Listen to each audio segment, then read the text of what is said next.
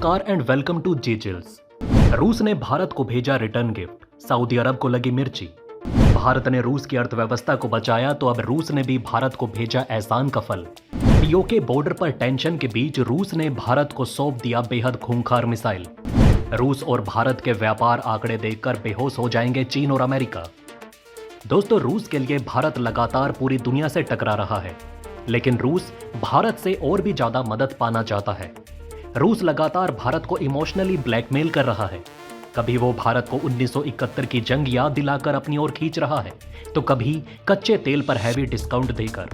Ukraine युद्ध के बीच रूस पश्चिमी देशों के कड़े प्रतिबंधों की मार झेल रहा है, जिससे कई मोर्चे पर उसे जूझना पड़ रहा है। बेहद मुश्किल से उसने भारत जैसे सच्चे मित्र का साथ पाया है।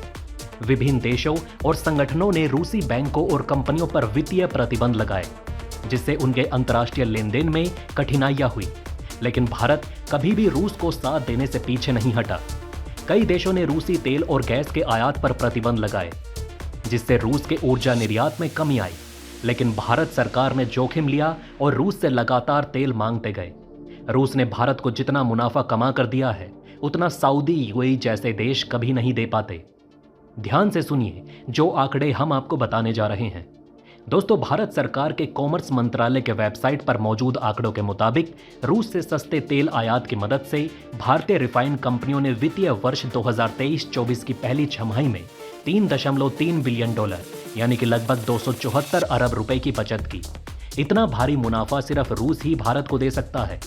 सऊदी अरब जैसे देश हमेशा तेल का भाव बढ़ाकर हमेशा भारत का नुकसान करते आए हैं। कई मौकों पर तो इस मुस्लिम देश ने भारत को अपनी गर्मी भी दिखाई। भारत दुनिया का तीसरा सबसे बड़ा कच्चा तेल आयातक देश है। भारत अपनी कुल जरूरत का 85% से भी ज्यादा कच्चा तेल आयात से ही पूरा करता है। मूल्य के हिसाब से भी भारत के ट्रेड व्यापार की सूची में कच्चा तेल सबसे ऊपर है। ऐसे में हम किसी भी गर्मी को बर्दाश्त करें, सऊदी अरब अपने तेवर अपनी जेब में रखे। अगर हमें पैसे ही देने हैं तो हम उसी से तेल लेंगे जो हमें आदर पूर्वक सबसे ज्यादा डिस्काउंट देगा। वित्तीय वर्ष 2023-24 की पहली छमाही में भारत ने लगभग $63 अरब का कच्चा तेल आयात किया। भारत ने जितना कच्चा तेल रूस से आयात किया, अगर रूस की बजाय किसी अन्य देश से आयात किया होता तो भारत को इसी तेल के लिए लगभग $67.14 अरब का भुगतान करना पड़ता।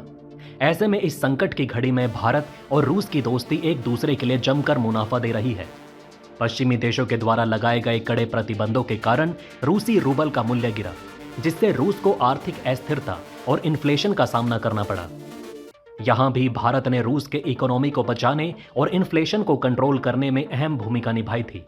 भारत ने रूस से क्रूड ऑयल और अन्य ऊर्जा संसाधनों का आयात बढ़ाया। इससे रूस को अपने ऊर्जा निर्यात से विदेशी मुद्रा अर्जित करने में मदद मिली। भारत और रूस ने द्विपक्षीय व्यापार के लिए रुपए रूबल व्यापार प्रणाली को बढ़ावा दिया।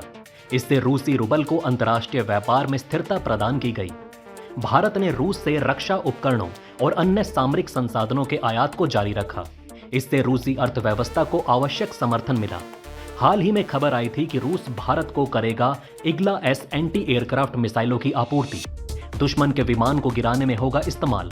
वैश्विक प्रतिबंधों के चलते विदेशी निवेशकों ने रूस में निवेश कम किया, जिससे आर्थिक विकास प्रभावित हुआ। पश्चिमी देशों ने हाईटेक प्रोडक्ट्स, विशेष रूप से चिप्स और इलेक्ट्रॉनिक्स के निर्यात पर प्रतिबंध लगाए, जिससे रूस के तकनीकी क्षेत्र पर असर पड़ा।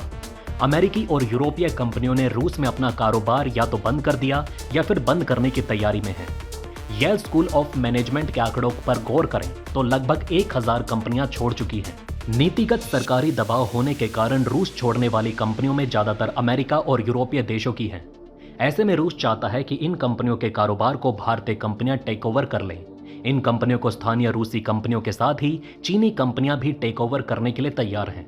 लेकिन चीन के साथ रूस के बॉर्डर इशू हैं। ऐसे में वो चीन के साथ सतर्क रहना चाहता है और भारत के साथ ज्यादा व्यापार करना चाहता है। रूस के अंदर ऑटोमेटिव, परिवहन, कपड़ा और हल्के उद्योग जैसे कई क्षेत्र हैं, जिनमें भारतीय निवेशकों और कंपनियों की रुचि है। अधिकांश पश्चिमी देशों और कई अंतर्राष्ट्रीय संगठनों ने रूस के खिलाफ राजनीतिक और डिप्लोमेटिक प्रतिबंध लगाए, जिससे रूस का अंतर्राष्ट्रीय अलगाव बढ़ चुका है। प्रतिबंधों के कारण रूसी नागरिकों की जीवन शैली और आय पर भी प्रतिकूल प्रभाव पड़ा, जिससे सामाजिक असंतोष और आर्थिक असुरक्षा बढ़ी। ये प्रतिबंध न केवल रूस पर बल्कि वैश्विक अर्थव्यवस्था पर भी व्यापक प्रभाव डाल रही है, जिसमें ऊर्जा कीमतों में वृद्धि और व्यापारिक अस्थिरता शामिल है। लेकिन भारत न केवल रूस बल्कि पूरी दुनिया को बचाने के लिए लगातार परिश्रम करता रहा। इसी कारण भारत में रूसी राजदूत डेनिस एलिपोव ने बताया कि भारत रूस व्यापार $50 बिलियन के लक्ष्य के बेहद करीब पहुंच गया है। इस लक्ष्य को प्रधानमंत्री नरेंद्र मोदी और रूसी राष्ट्रपति व्लादिमीर पुतिन ने 2030 के लिए तय किया था। ये रिकॉर्ड तब बना है जब रूस पर पश्चिमी देशों ने अनगिनत प्रतिबंध लगा रखे हैं और भारत और रूस भुगतान मुद्दे पर भी गतिरोध का सामना कर रहे हैं। महासंकट की इस घड़ी में रूस ने अपने दशकों पुराने दोस्त भारत के साथ व्यापार को प्राथमिकता दी। इसी पहल का नतीजा यह हुआ कि अब भारत को रूस का निर्यात साल 2022 में बढ़कर $32.5 अरब तक पहुंच गया। वहीं रूसी एशियाई बिजनेस काउंसिल में विश्लेषकों का मानना है कि भारत और रूस के बीच व्यापार साल 2030 तक $100 अरब तक पहुंच सकता है। ये अभी पिछले 10 महीनों में $54.7 अरब है। भारत और रूस के बीच ये व्यापार तब बढ़ रहा है जब अमेरिका ने पिछले 2 सालों में कई बार नई दिल्ली को रूस से ट्रेड करने या तेल खरीदने पर धमकी दी है। वहीं भारत अमेरिकी धमकियों से बेपरवाह होकर लगातार रूस से व्यापार कर रहा है। भारत को रूस बेहद सस्ते दामों में तेल दे रहा है। यही नहीं, इस छूट में और ज्यादा वृद्धि होने जा रही है। कोमेरसंत की रिपोर्ट के मुताबिक साल 2030 तक भारत को रूस का निर्यात $95 अरब तक पहुंच सकता है। वहीं भारत से रूस का आयात भी अभी के $2.5 अरब से बढ़कर साल 2030 तक $20 अरब पहुंच सकता है। साल 2022 के पहले तक भारत और रूस के बीच व्यापार बहुत ही कम होता था।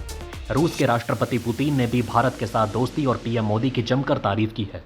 इसके बाद यूक्रेन युद्ध शुरू हुआ और रूस को पश्चिमी देशों के प्रतिबंधों के बाद अपने निर्यात को एशिया में बढ़ावा देने के लिए मजबूर होना पड़ा। इससे पहले रूस के भारत में राजदूत डेनिस एलिपोव ने भारत सरकार के आंकड़ों के आधार पर कहा था कि भारत और रूस के बीच कुल व्यापार अभी साल 2023 के पहले 10 महीनों में $54.7 अरब तक पहुंच गया है। रूस इस समय भारत के शीर्ष 4 व्यापारिक साझेदारों में शामिल हो चुका है। रूस भारत को सबसे ज्यादा ऊर्जा संसाधन का निर्यात कर रहा है। वहीं रूस ने भारत से फार्मास्यूटिकल और केमिकल प्रोडक्ट का आयात बढ़ाया। फरवरी 2022 के बाद भारत रूस के लिए तेल और कोयले के सबसे बड़े खरीदारों में शामिल हो चुका है। विश्लेषकों का अनुमान है कि आने वाले समय में इसमें और ज्यादा मांग बढ़ने वाली है। इसके अलावा रूस फर्टिलाइजर, मशीनरी, उपकरणों, लकड़ी के प्रोडक्ट और धातुओं का निर्यात भारत को बढ़ाने जा रहा है। वहीं भारत का भी रूस को निर्यात तेजी से बढ़ने जा रहा है। इसमें फार्मास्यूटिकल कंपनियों के अलावा केमिकल और सी फूड के निर्यात में तेजी आने की उम्मीद है। आपको बता दें कि अमेरिकी प्रतिबंधों के डर की वजह से भारत की कई कंपनियां रूस के बाजार से निकल गई हैं। इस वजह से भारत के लिए व्यापार में असंतुलन बना हुआ है। इसके अलावा रुपए में व्यापार नहीं होना भी इस घाटे को बढ़ा रहा है। रूस अब भारत में निवेश भी बढ़ा रहा है। वहीं यूक्रेन संकट के बावजूद भारत रूस के बीच में संबंध मजबूत बने हुए हैं। इस विश्लेषण से स्पष्ट है कि दोनों देशों का व्यापारिक और निवेश के क्षेत्र में गहरा सहयोग है।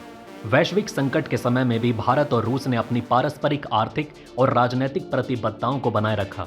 ये आवश्यक है कि भारत और रूस अपने संबंधों को और अधिक व्यापक और मल्टी डायमेंशनल बनाएं। धन्यवाद।